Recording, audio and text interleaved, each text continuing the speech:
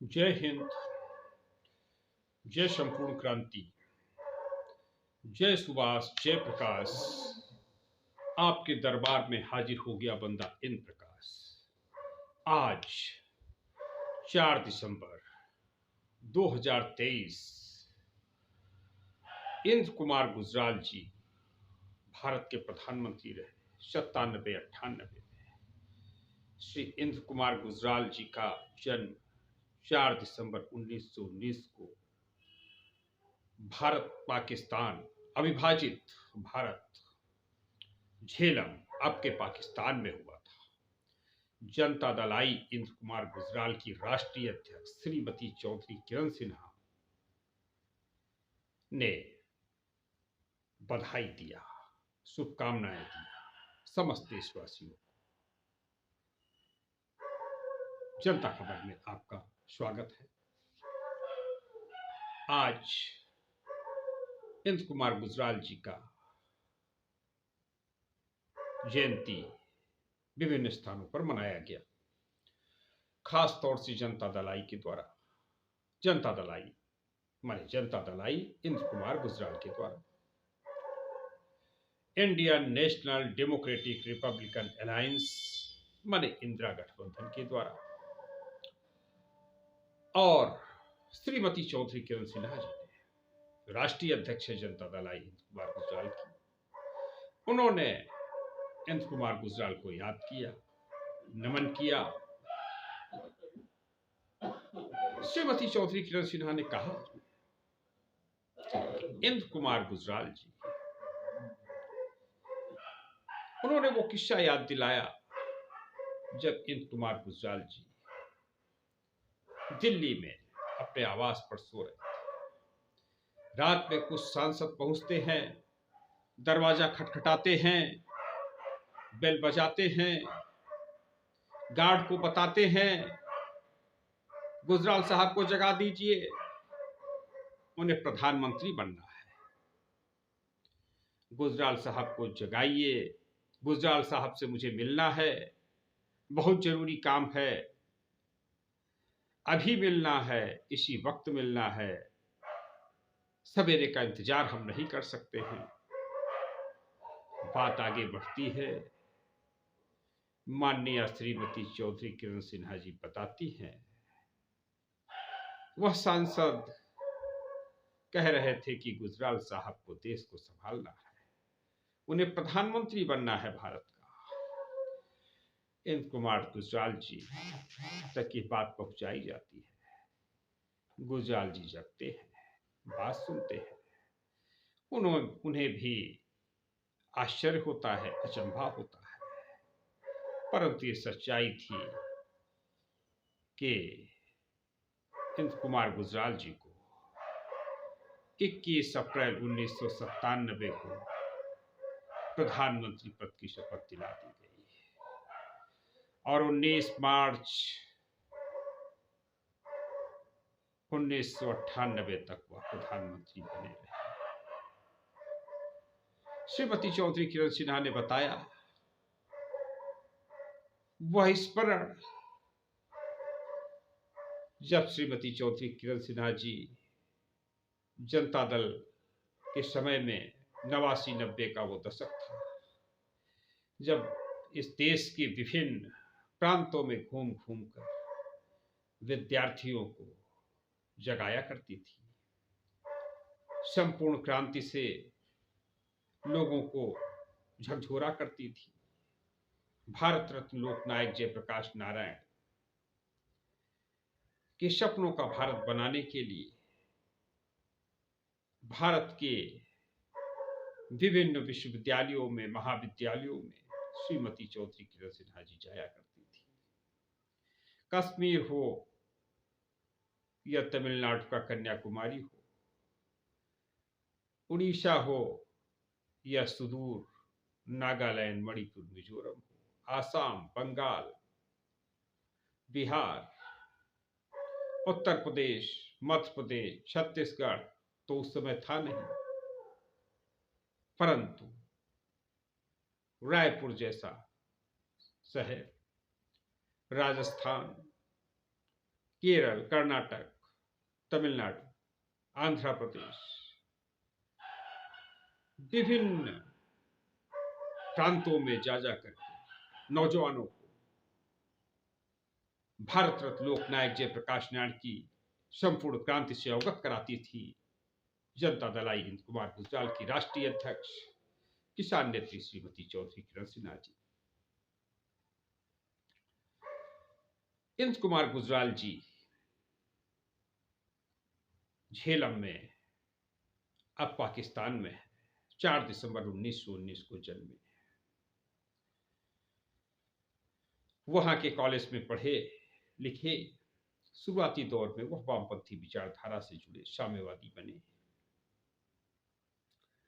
कालांतर में देश के विभाजन के बाद इंद्र कुमार गुजराल जी भारत आ गए। भारत में उन्होंने पढ़ाई भी किया और कांग्रेस से जुड़ गए। श्रीमती चौधरी किरण सिन्हा जी बताती हैं इंद्र कुमार गुजराल जी कैसे श्रीमती इंदिरा गांधी के निकट आए और आपातकाल में इंद्र कुमार गुजराल ने आपातकाल का विरोध करने वाले लोगों में से थे। जब 1974 में जयप्रकाश जी का आंदोलन चला, छात्र आंदोलन, गुजरात में जनता मोर्चा का सरकार बना बाबू भाई पटेल के नेतृत्व में। बाबू भाई पटेल गुजरात के मुख्यमंत्री बने और लोकनायक जयप्रकाश नारायण जी छात्रों के बीच गए। छात्र वाहिनी, युवा वाहिनी, छात्र युवा संघर्ष समितियों का निर्माण किए। उसी बीच श्रीमती चौधरी किरण सिन्हा जी बताती हैं कि रायबरेली का घटनाक्रम हुआ। रायबरेली से सांसद का चुनाव जीते। 1977 में राजनारायण जी जो 1974 के आम चुनाव में रायबरेली से चुनाव हार गए थे, किंतु राजनारायण जी ने देखा कि श्रीमती इंदिरा गांधी ने तत्कालीन सरकार में रहते हुए सरकारी संसाधनों का दुरुपयोग किया था। उन्होंने इलाहाबाद हाई कोर्ट में एक रिट किया, याचिका दायर किया। उस याचिका से तमाम न्यायाधीश कतराते रहे, बचते रहे। अंतोगत्वा इलाहाबाद हाई कोर्ट के जस्टिस जगमोहन लाल सिन्हा, जिनकी विरासत को श्रीमती चौधरी किरण सिन्हा राष्ट्रीय अध्यक्ष जनता दल निरंतर आगे बढ़ा रही है,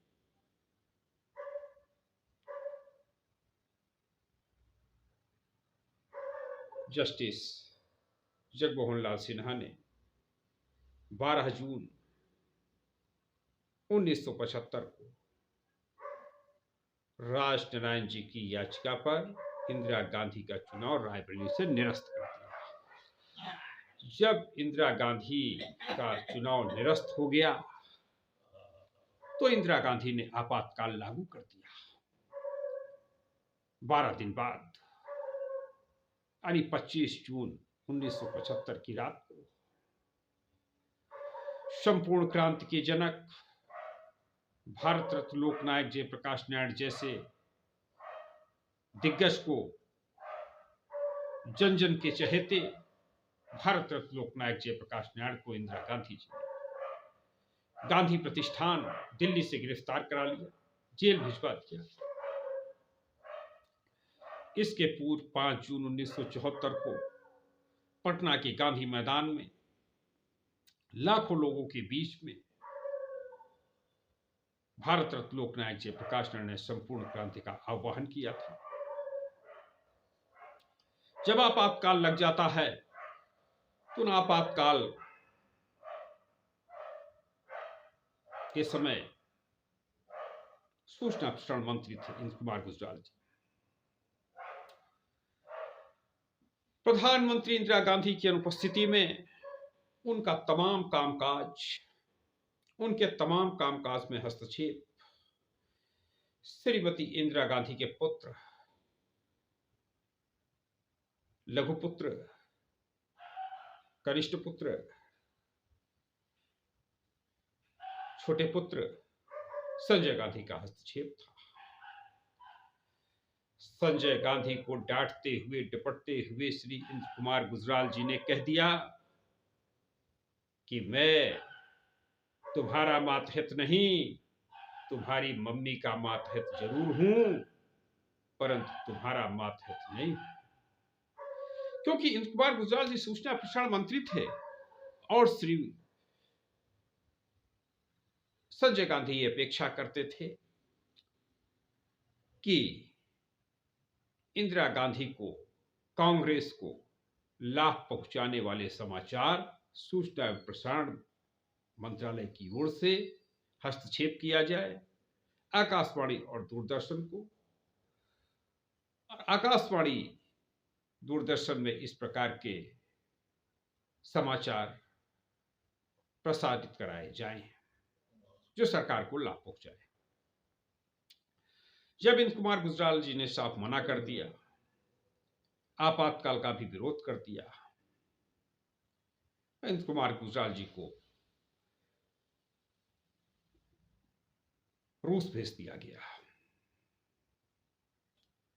रूस में जाकर के उनको विदेश विभाग में दूतावास में भेज दिया गया। कालांतर में 11 अक्टूबर 1988 को विभिन्न संगठन मिलकर के जनता दल माने जनता पार्टी का पुनर्गठन करते हैं। चंद्रशेखर जी की जनता पार्टी, रामविलास पासवान का दलित सेना, राजा मांडा, राजा विश्वनाथ प्रताप सिंह का जन मोर्चा, कांग्रेस हो, इस प्रकार से विभिन्न संगठन मिलकर के निर्णय लेते हैं कि जनता पार्टी, जिसकी स्थापना लोकनायक जयप्रकाश नारायण के नेतृत्व में हुई थी, उसका नाम जनता पार्टी है। पार्टी अंग्रेजी है, उसको हिंदी कर दिया जाए, जनता दल कर दिया जाए। निर्णय हो जाता है 11 अक्टूबर 1988 को जनता दल की स्थापना होती है। फिर इंद्र कुमार गुजराल जी बीपी सिंह के मंत्रिमंडल में शामिल होते हैं। आगे चलकर परिस्थितियां ऐसी बनती हैं कि इंद्र कुमार गुजराल जी भारत के प्रधानमंत्री बनते हैं। 21 अप्रैल 1919 को 18 मार्च 1998 तक, यानी इंद्र कुमार गुजराल जी 21 अप्रैल 1997 से 18 मार्च 1998 तक प्रधानमंत्री रहते हैं। इस बीच 91 का चुनाव होता है। 1991 के लोकसभा चुनाव में पटना से उन्हें उम्मीदवार बनाया जाता है। पटना से इंद्र कुमार गुजराल जी लोकसभा का चुनाव लड़ते हैं, जीतते हैं। उस चुनाव पर धांधली का बड़ा आरोप लगता है। परिणाम की घोषणा हो जाती है। इंद्र कुमार गुजराल जी विजयश्री प्राप्त करते हैं। पटना लोकसभा से अनंत कुमार गुजराल जी विजयी होते हैं। वही पटना लोकसभा क्षेत्र जहां से 1977 में बिहार के मुख्यमंत्री रह चुके महामाया प्रसाद सिन्हा भी सांसद बने थे। लोकनायक जयप्रकाश नारायण के बड़े आंदोलन का गवाह रहा पटना। पटना से कुमार गुजराल जी सांसद बनते हैं। फिर चुनाव धांधली के आरोप लगते ही वो त्यागपत्र दे देते हैं, छोड़ देते हैं सदस्यता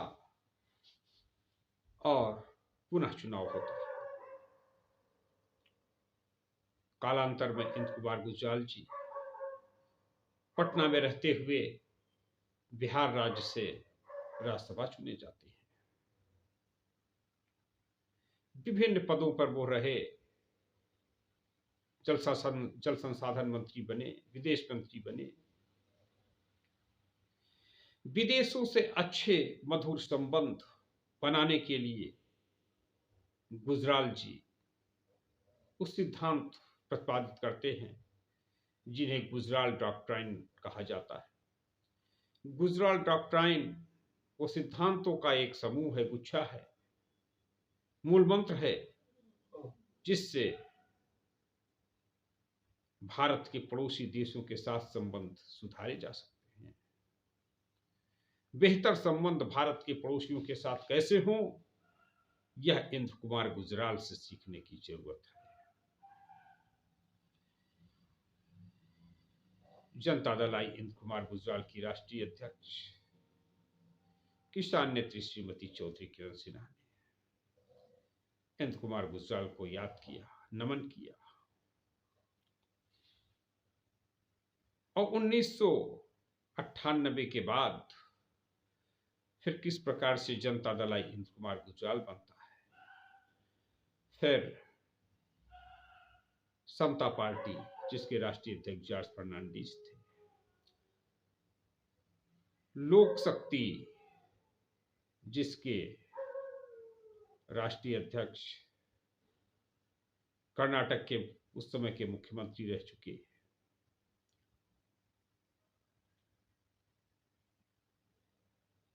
और अनंत कुमार गुजराल जी का जनता दल आई, ये सब मिलकर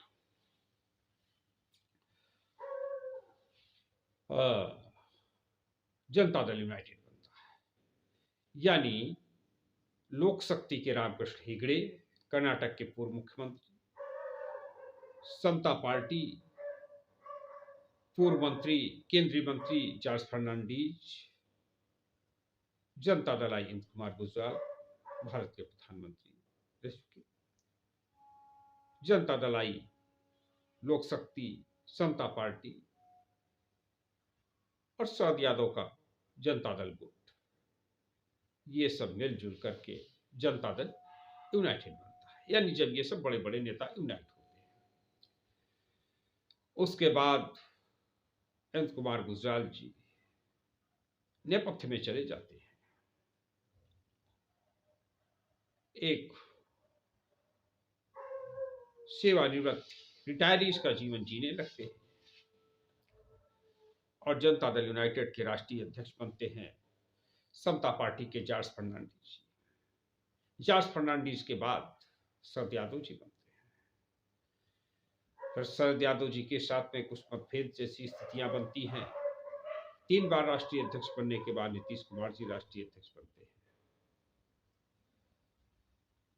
उसके बाद आरसीपी सिंह और फिर आज के ललन सिंह और राजीव रंजन सिंह।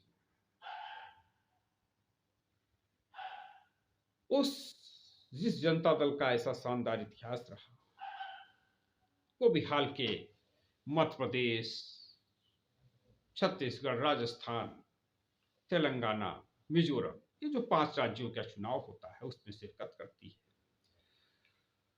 नीतीश कुमार के नेतृत्व में 87 वोट मिलता है। कहीं 2500 कुछ फुट मिलता है। उस पार्टी पर लोग विभिन्न टीका टिप्पणी करते हैं कि इन्हें विधानसभा में नहीं, ग्राम सभा में चुनाव लड़ना चाहिए जब 87 वोट पा रहे हैं। इसके पहले उत्तर प्रदेश में भी बड़ा निराशाजनक स्थिति रहा। नीतीश के नेतृत्व में लगभग 25 सीटों पर चुनाव लड़ाया गया, 10,000 भी वोट नहीं मिले। एक प्रत्याशी जौनपुर के धनंजय सिंह को हटा करके देखा जाए तो बड़ी दयनीय स्थिति रही। 2019 के लोकसभा चुनाव में नीतीश कुमार के नेतृत्व में उत्तर प्रदेश में सोनभद्र, कानपुर का अकबरपुर लोकसभा क्षेत्र, उत्तर प्रदेश का पीलीभीत लोकसभा क्षेत्र, 3 लोकसभा क्षेत्रों में भी जनता दल ने चुनाव लड़ा। परिणाम 5,000 से कम वोट तीनों प्रत्याशियों के जुड़ करके रहा। आज निर्णय लिया, संकल्प लिया जनता दल आई की राष्ट्रीय अध्यक्ष किसान नेत्री श्रीमती चौधरी किरण सिन्हा ने, उनके साथियों ने, कि अब जनता दल का पुनर्गठन किया जाएगा। 4 दिसंबर 2023 इंद्र कुमार गुजराल के जयंती में तमाम जनता दल के साथी एकजुट हुए, एकजुट होकर के संकल्प लिए कि चूंकि इंद्र कुमार गुजराल जी जनता दल के चौथे और आखिरी प्रधानमंत्री थे, इनके पहले बीपी सिंह प्रधानमंत्री हुए 89 में जनता दल से, फिर चंद्रशेखर जी हुए, फिर एच डी देवगौड़ा जी हुए। एच डी देवगौड़ा जी ने अपना जनता दल सेकुलर बना लिया, चंद्रशेखर जी ने समाजवादी जनता दल बनाया। समाजवादी जनता दल बनाने के बाद फिर समाजवादी जनता पार्टी बनाई। फिर समाजवादी जनता पार्टी का प्रमुख स्तंभ रहे आदरणीय मुलायम सिंह जी ने अपनी समाजवादी पार्टी बना लिया। अजीत सिंह अब हमारे बीच नहीं रहे, उनके बेटे जयंत चौधरी राज्यसभा में हैं और राष्ट्रीय लोकदल के राष्ट्रीय अध्यक्ष भी हैं। जयंत चौधरी जी ने राष्ट्रीय लोकदल बनाया। हरियाणा में चौधरी देवीलाल जी के परिवार के कुछ लोगों ने इंडियन नेशनल लोकदल बनाया, इनेलो बनाया। और नायडू अर्णा आंध्र प्रदेश से, जो बाद में राजग के संयोजक भी बने थे, वो भी अपनी अलग पार्टी बनाए। जम्मू कश्मीर से केंद्रीय गृह मंत्री बने, भारत सरकार में पहली बार अल्पसंख्यक के रूप में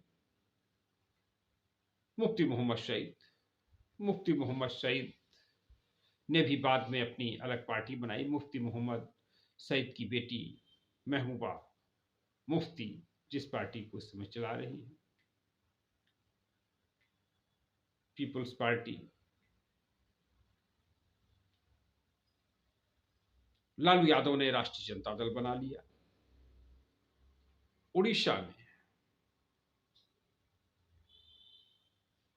उड़ीसा के प्रधानमंत्री रहे, वो उड़ीसा के मुख्यमंत्री रहे बीजू पटनायक, जिन्हें विभिन्न देशों के विभिन्न सर्वोच्च पुरस्कार भी मिले थे।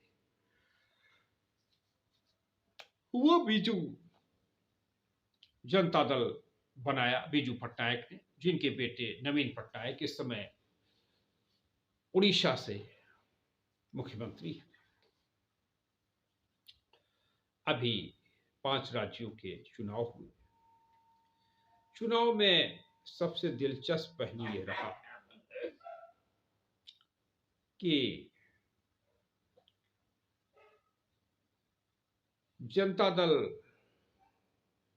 समाजवादी पार्टी, बहुजन समाज पार्टी, विभिन्न पार्टियों की स्थिति बड़ी नाजुक हो गई। जनता दल आई ने तो खैर चुनाव ही नहीं लड़ा, उसने तो श्रीमती चौधरी किरण सिन्हा के नेतृत्व में समर्थन दे दिया भाजपा को रोकने के लिए, परंतु भाजपा नहीं रुकी, जिसके पीछे का प्रमुख कारण उभर करके आ रहा है कि भाजपा के खिलाफ जो लोग लड़ रहे थे वो बार बार चिल्ला रहे थे कि जातिगत गणना, जातिगत गणना होना चाहिए, अच्छी बात है,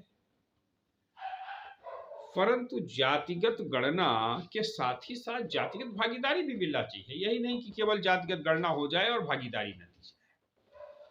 श्रीमती चौधरी किरण सिन्हा जी कहती है जिस जाति जितनी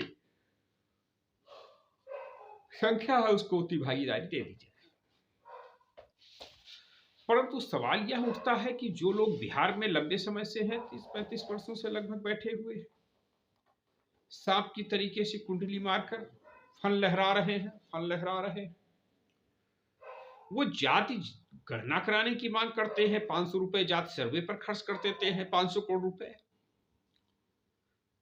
जो जाति गणना भारत में बहुत ही आसान है, खासतौर से उत्तर प्रदेश में और बिहार में। किसी चट्टी चौराहे पर बैठ जाइए, ब्लॉक मुख्यालय पे बैठ जाइए, गांव में एक जगह स्थान पर बैठ जाइए, पूछिए कि भाई इस गांव में कौन कौन सी बिरादरियां हैं, पान वाला, चाय वाला, चक्की वाला, चट्टी वाला बता देगा इस बिरादरी के घर हैं। बैठ के पूछिए कि इस गांव में के जात के पास बंदूक बा, लोग बता देंगे। पंडित जी के पास है, ठाकुर जी के पास है, यादव जी के पास है, पटेल जी के पास है। यूपी बिहार के किसी गांव में निकल जाइए, पूछिए के जात के पास दो नाली बंदूक बा, के जात के पास राइफल बा, के जात ठेकेदारी करल बा, के जात के पास ट्रैक्टर बा, के जात के पास जीप बा, के जात फॉर्च्यूनर से चढ़ल बा, लोग बता देंगे। पंडित जी, ठाकुर साहब, यादव जी, पटेल जी, आमतौर से यही नाम आएंगे, सम्मानजनक नाम है ये। तो ऐसे हालात में जब बिहार में 90 के बाद से अब तक लगभग 33-34 वर्षों में 3-4 महीने के लिए मांझी को छोड़ दिया जाए, लालू यादव, राबड़ी यादव, नीतीश कुमार ले देकर के यादवपुर में ही मुख्यमंत्री होते रहे, और उसके बाद भी ये कि साहब इन जाति को हिस्सा नहीं मिला, हक हकूक नहीं मिला। उन्हीं से सीख करके राहुल गांधी भी चिल्लाने लगे, चिल्लपो करने लगे। सेक्रेटरी 3 ही हैं, एससी, ओबीसी, एसटी, माइनॉरिटी के लोग नहीं हैं। जनता ने कहा अजीब मूर्ख आदमी आ गया,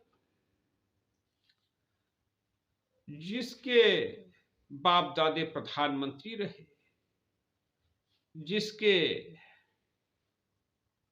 घर के पास में, बंगले के पास में मुख्यमंत्री टहलते थे, मुख्यमंत्री लाइन लगा के खड़े हो जाते थे, वही व्यक्ति कह रहा है कि इतने हैं, तो सवाल उठा कि तुमने क्यों नहीं भरा। राहुल गांधी जी, जब आप संसद में बिल फाड़ सकते हैं, मनमोहन सिंह को नकार सकते हैं, तो अनुसूचित जाति, जनजाति, अन्य पिछड़ा वर्ग, अल्पसंख्यक वर्ग को उनकी संख्या के हिसाब से भागीदारी दे दी जाए, इसके लिए आपने क्यों कुछ नहीं किया। एससी, एसटी, ओबीसी, माइनॉरिटी की समझ में आ गया, ये तो सबसे बड़ा नाटकबाज आदमी है, सबसे बड़ा नौटंकीबाज आदमी है। शासन सत्ता पाकर के भी नहीं किया, वहां तक गनीमत थी, लेकिन आरोप भी लगा रहा है। किस पर आरोप लगा रहा है? तो ले दे करके आरोप अपने पर ही लगा रहा। लिहाजा जनता ने फैसला लिया कि कांग्रेस को नहीं जिताना है, दूसरा कोई मजबूत विकल्प नहीं था, लिहाजा भाजपा जीती। आप सब देखते रहिए जनता खबर। बहुत बहुत धन्यवाद।